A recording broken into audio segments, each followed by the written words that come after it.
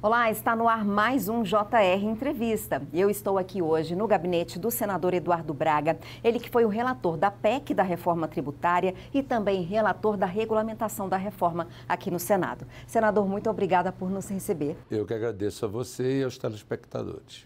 Foram meses de um trabalho muito árduo. Nas últimas semanas, então, foi um trabalho muito intenso, mais de 2.200 emendas. E eu queria que o senhor destacasse aí o que foi aí de mais difícil nesse texto, nesse projeto todo. Bem, primeiro dizer que o Brasil vem sonhando com uma reforma tributária há mais de 3 décadas. Diria que até há 4 décadas o Brasil vem dizendo que precisa de uma reforma tributária, não só nos bens de consumo e serviços, mas também uma reforma tributária sobre a renda. E, finalmente, nós conseguimos, no ano passado, aprovar a emenda constitucional 132, que foi quem criou a reforma tributária, e agora estamos aprovando, já aprovamos no Senado e a Câmara, neste exato momento, está deliberando a regulamentação da reforma tributária no plenário da Câmara, e o principal fundamento é simplificação, neutralidade da carga tributária, segurança jurídica, transparência, porque, afinal de contas, o brasileiro nunca soube exatamente quanto pagava de imposto num determinado produto. Se você comprava um celular, você não sabia quanto tinha de imposto embutido naquele produto. Agora não, você vai ter o preço net do produto e você vai ter o imposto destacado para que você saiba quanto você está pagando de imposto em cada um desses produtos. A cesta básica de combate à fome é algo muito importante, porque vai ter alíquota zero de tributação, o que fará com que a comida chegue mais barata, é o que todos queremos e que todos esperamos, que a comida chegue mais barata na mesa do consumidor. Ao mesmo tempo, nós implementamos algumas coisas inovadoras, como é o cashback. O cashback, que é a devolução daquilo que foi pago de imposto para quem é de baixa renda, que está no CadÚnico, que tem meio salário mínimo de renda per capita familiar, ele receberá 50% de retorno do CBS, que é o Imposto Federal, e no mínimo 20% do IBS, que é o Imposto Estadual e Municipal, podendo inclusive ser aumentado o cashback do Imposto Estadual e Municipal, fazendo com que o retorno seja maior para aqueles que são os mais humildes, os mais pobres, na água, no esgoto, na energia elétrica, na botija de gás até 13 quilos, no gás encanado e também no telecom, ou seja, telefone celular, internet, etc. Tudo que envolve o telecom também terá cashback para os brasileiros de baixa renda. Além disso, nós buscamos estabelecer produtos que nós demos tratamentos específicos. Dou um exemplo, saúde. A saúde ficou com um redutor sobre a alíquota padrão de 60%, portanto, vai pagar apenas 40% da alíquota padrão. Isso para todos os serviços de saúde. As alíquotas para as compras governamentais serão alíquota zero. Então, o governo, quando for comprar, seja Ministério da Saúde, seja Secretaria de Estado de Saúde, seja Secretaria Municipal de Saúde, seja os hospitais públicos, sejam até os filantrópicos que tenham até 50% de prestação para o SUS, comprarão também com alíquota zero o produto. E em determinadas linhas de conduta de tratamentos de doenças crônicas como diabetes, câncer e outros, são 7 doenças crônicas, também haverá uma lista que está sendo discutida na Câmara dos Deputados e, quando necessária a sua atualização, será feita pelo Ministério da Fazenda, juntamente com o Comitê Gestor do IVA, dual, CBS e IBS, ouvido o Ministério da Fazenda. Ou seja, toda a atenção para que a saúde esteja mais desonerada para a população brasileira, que é um dos itens importantes do povo brasileiro. Outra questão é a questão da educação. A questão da educação também teve tratamento diferenciado. A educação teve um redutor de 60%, o que significa dizer que todos os custos educacionais terão, portanto, benefício fiscal na reforma tributária. É óbvio que nós também estabelecemos condições para não ter mais imposto no transporte coletivo urbano.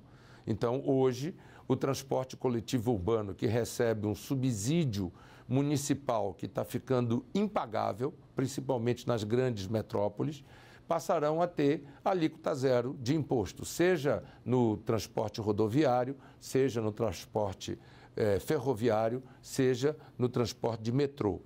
No transporte intermunicipal e interestadual, nós teremos a mesma alíquota da aviação regional, ou seja, uma alíquota reduzida de 60%, dando, portanto, condições de concorrência concorrenciais para o transporte rodoviário e também para o transporte aéreo, e buscando reduzir o custo da tarifa do transporte aéreo para a aviação regional. Num país de dimensão continental, como o Brasil, creio que isso é fundamental.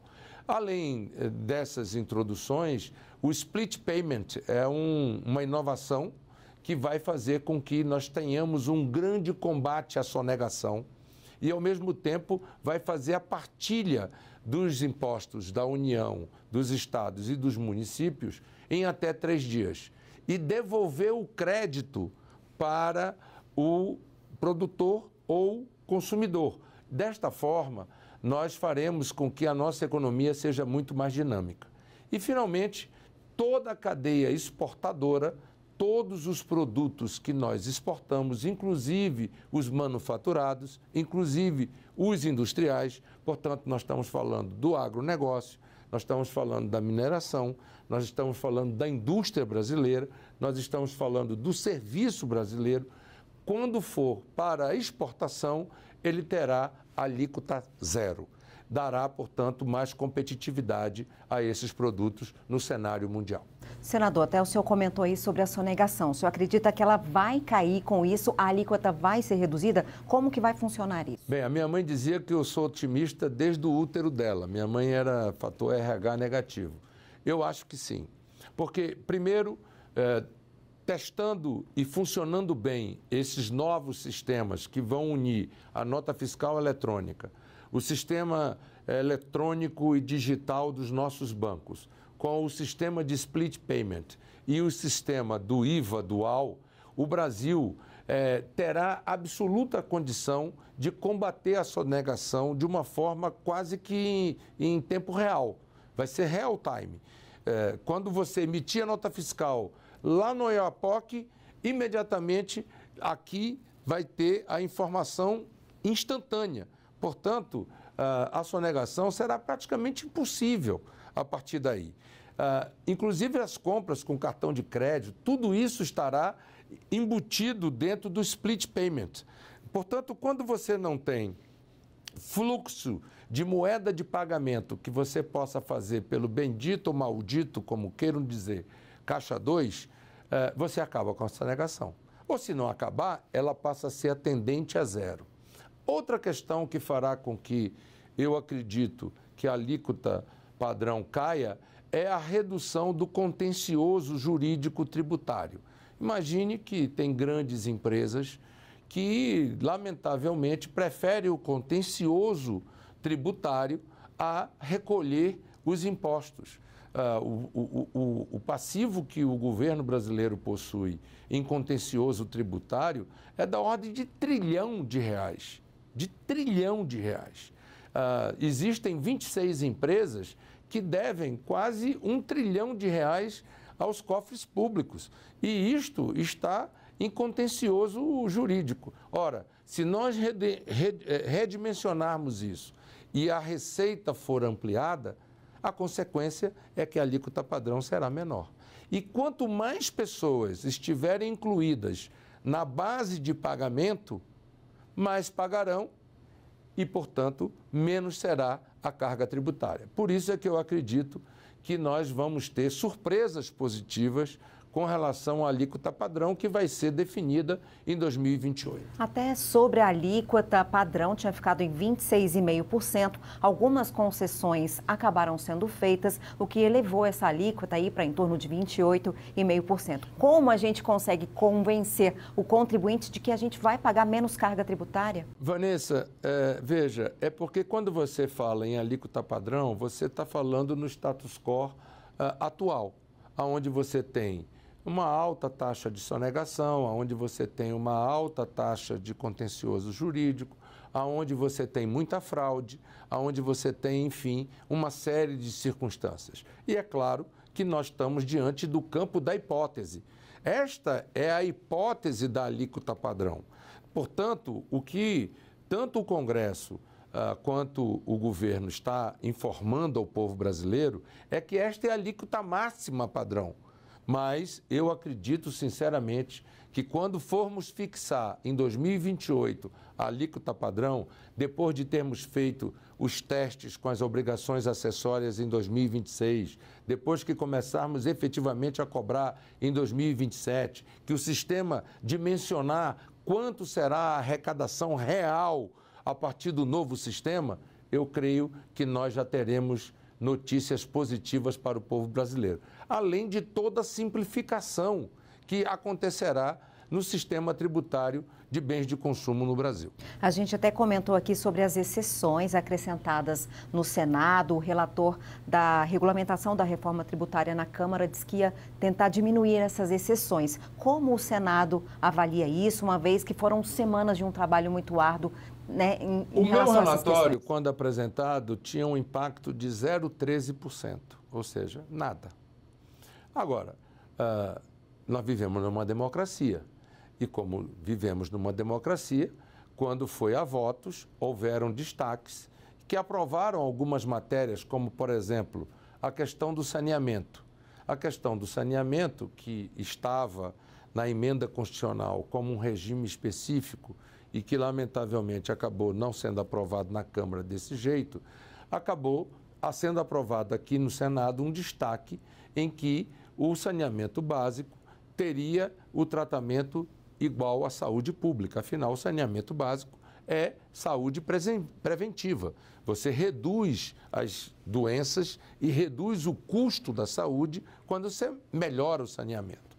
Entendeu a Câmara de que isso não deveria ficar no texto e tirou. Isso representava 0,38%. Portanto, já houve uma diminuição. Bebidas açucaradas.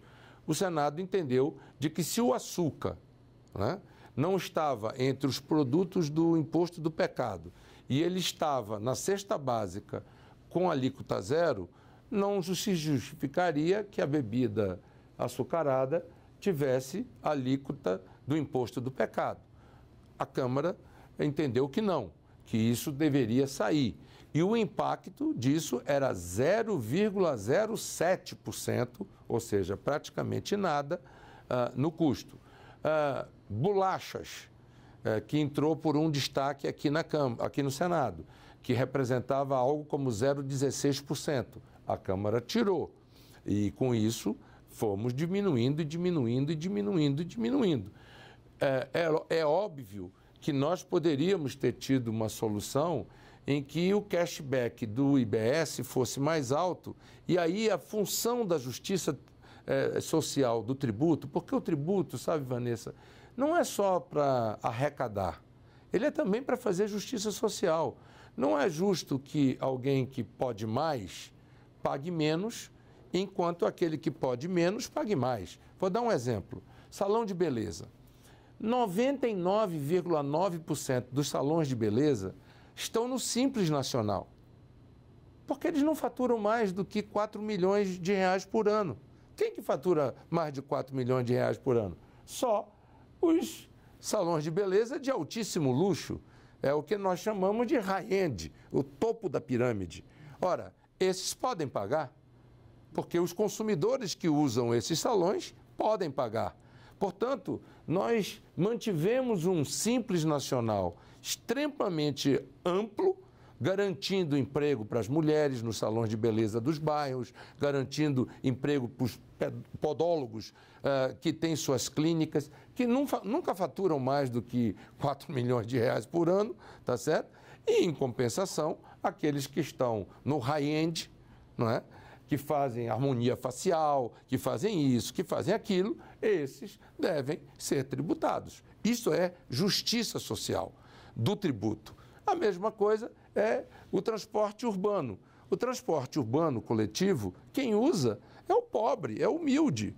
Porque o classe média, o mais rico, ele usa o automóvel. Ele usa o carro particular, ele usa o Uber, ele usa uma plataforma, o táxi 99, mas quem usa o transporte coletivo precisa ter um custo menor, porque ele pode pagar menos do que quem pode pagar mais. Essa é a justiça social, a função da justiça social no tributo. Senador, a inclusão das armas de fogo naquela lista de produtos com uma maior taxação foi rejeitada por pouco. Você acha que esse assunto ainda pode voltar a ser discutido? Nessas revisões seria o caso de se incluir isso ou já perdeu essa chance? Não, isso já saiu do Senado, agora na Câmara não creio que esse tema volte a ser discutido. Isso é democracia. Eu sou daqueles que acho que não pode haver redução de alíquota para compra de armas. Eu sou daqueles que acredito que é função e dever do Estado, e aí quando eu falo Estado, não é os governos estaduais, é o Estado no lato sensu da palavra, governo federal, governo estadual, governo municipal, cabem a eles o dever de dar a segurança pública ao cidadão. Eu não acredito que quanto mais armas estejam na rua, menos homicídios teremos. Eu acho que quanto mais armas tivermos na rua, mais homicídios teremos.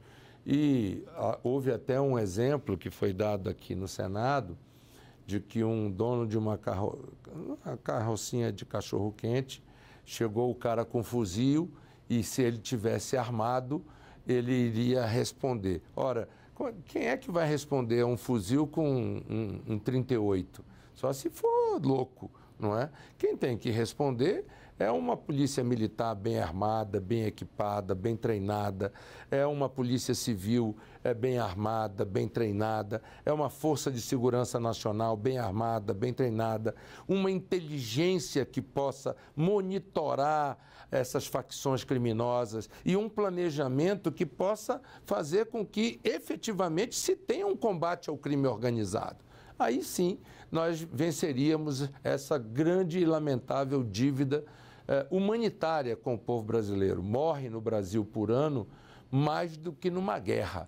É uma guerra surda, muda, que acontece com mais de 50 mil brasileiros que morrem todos os anos por arma de fogo. O JR Entrevista vai para um rápido intervalo. Na volta, nós voltamos a conversar, então, com o senador Eduardo Braga, relator da PEC da reforma tributária e também da regulamentação da reforma no Senado. Não saia daí. Estamos de volta com o JR Entrevista, que hoje conversa com o senador Eduardo Braga, relator da PEC da reforma tributária e também da regulamentação da reforma aqui no Senado. Senador, o senhor comentou, que a reforma tributária ela vai acabar trazendo uma segurança jurídica maior. E como as empresas vão se comportar nesse sentido, principalmente aquelas que têm um departamento jurídico específico para esse planejamento fiscal? Bem, esse nome bonito, planejamento fiscal, é que criou o grande contencioso tributário desse país, com um único objetivo, não pagar imposto.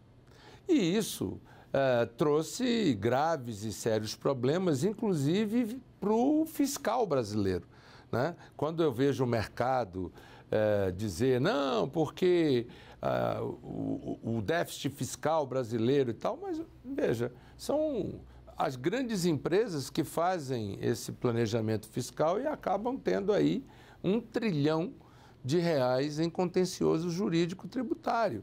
Portanto, isso precisa acabar. É preciso que a gente tenha uma tributação justa, é preciso que nós tenhamos uma tributação com segurança jurídica, que tenhamos uma tributação com a função social do tributo, mas que aqueles que podem pagar mais, paguem. e que aqueles que podem pagar menos, paguem menos, mas paguem. E dessa forma, todo o conjunto do povo brasileiro vai ganhar. Por quê? Porque a alíquota padrão vai ser menor e nós seremos mais competitivos. No final da década de 90, o Brasil ainda conseguia exportar bens industrializados. Depois, nos anos 2000, nós vivemos de exportação de commodity alimentar e mineral. Nós não geramos emprego em função disso. Portanto, eu acho que é uma grande oportunidade para o Brasil voltar a crescer, gerar emprego e renda, trazer inovação tecnológica e preparar um Brasil do futuro para os jovens brasileiros que querem poder avançar e melhorar a sua qualidade de vida. Fazendo um balanço aí ao final de todo esse trabalho, você acredita que o objetivo vai ser cumprido? Vai ficar mais simples essa questão da tributação no Brasil? Ou vai ser necessário, lá na frente, uma outra reforma? Não, eu acho que, como eu disse ainda há pouco, esta é uma lei viva, é uma lei dinâmica. Ela, a cada 5 anos, será revista. E é bom que seja, porque com a transição tecnológica que o mundo está vivendo, deixa eu dizer uma coisa para você, Vanessa. Eu sou da época do disco que era bolacha, aquele preto, de vinil, etc. Depois nós fomos para o CD, depois nós fomos para o Laserdisc, depois nós fomos para o DVD, depois nós fomos para o Blu-ray, depois nós fomos para o streaming. E cada migração tecnológica dessa mudou a qualidade do emprego, a quantidade de mão de obra, etc. E nós precisamos adaptar isso tudo para uma nova geração que hoje vive e trabalha em cima de um celular. E isso precisa ser absolutamente coordenado por uma legislação tributária que se modernize com a transição tecnológica que o mundo exige. Portanto, nós estamos falando de uma lei dinâmica, viva e que será revista a cada 5 anos e será aprimorada a cada 5 anos. Por isso que eu estou tão otimista. Eu acho que o Brasil está no caminho certo, eu acho que o que nós construímos na democracia foi inédito. O Brasil nunca, em regime democrático, tinha conseguido aprovar nenhuma reforma tributária. Todas as nossas reformas tributárias foram em regime de exceção. Portanto, esta é a primeira reforma tributária aprovada em democracia, com imprensa livre, com internet, com amplos debates. Nós fizemos só aqui no Senado 35 audiências públicas. Nós recebemos aqui no nosso gabinete, a nossa equipe técnica, os consultores, etc., mais de 1.500 audiências para debater a lei que nós aprovamos. Portanto, eu creio que nós estamos entregando o melhor que é possível na democracia. E o que é bom na democracia é que a gente sempre pode melhorar e aprimorar e fazer isso regularmente a cada 5 anos. Agora, senador, falando um pouco de política, ano que vem vai ter eleições para as mesas diretoras aqui do Congresso Nacional. Como o senhor avalia esse processo? No Senado, existe sim esse consenso em torno do nome de Davi Alcolumbre? Eu acho que sim. Eu acho que há um consenso em torno do Davi Alcolumbre no Senado, como também o que percebo é que na Câmara há um consenso nesse momento em torno do deputado Hugo Mota, o que demonstra que nós estamos nos dedicando a pacificar essa coisa desse confronto político. O confronto de ideias é do DNA da democracia. O que está errado é para que a gente, ao confrontar as ideias, a gente se agrida, a gente se desrespeite. Você não precisa ser agredida por mim se eu discordar de uma ideia sua. Ao contrário. Portanto, eu creio que o Congresso está avançando nesse sentido, o diálogo entre direita, esquerda, centro está avançando nesse sentido e eu estou otimista de que a sociedade brasileira também está avançando nesse sentido. O bom da democracia é isso, é um regime em que a gente pode aprender dentro do regime. Nós não precisamos estar sendo tutelados ou guiados para fazer aquilo que nos permitem fazer, e sim aquilo que nós estamos convencidos que é o melhor para o nosso povo. Senador Eduardo Braga, muito obrigada pela entrevista aqui hoje no JR Entrevista. Eu que quero agradecer ao JR Entrevista, agradecer a você, Vanessa, pela sua simpatia e pela forma tão gentil que conduziu essa entrevista. Muito obrigada. E o JR Entrevista de hoje fica por aqui. Muito boa noite para você. Até uma próxima.